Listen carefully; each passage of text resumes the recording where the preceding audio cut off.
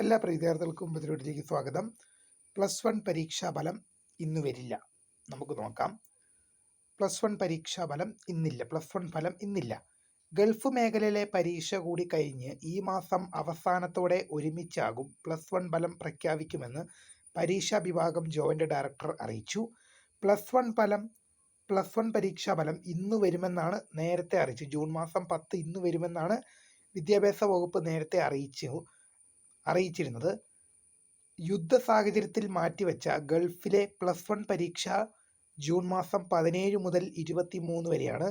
ഇതിനുശേഷം ജൂൺ മാസം അവസാനത്തോടെയാണ് +1 പരീക്ഷാഫലം പ്രസിദ്ധീകരിക്കുക എന്ന് വിദ്യാഭ്യാസ വകുപ്പ് അറിയിച്ചിട്ടുണ്ട്. തീർച്ചയായും ഇന്ന് +1 പരീക്ഷാഫലം ഉണ്ടാവില്ല. അപ്പോൾ വീഡിയോ ഇഷ്ടപ്പെട്ടാൽ ലൈക്ക് ചെയ്യുക, ഷെയർ ചെയ്യുക, സബ്സ്ക്രൈബ് ചെയ്യുക.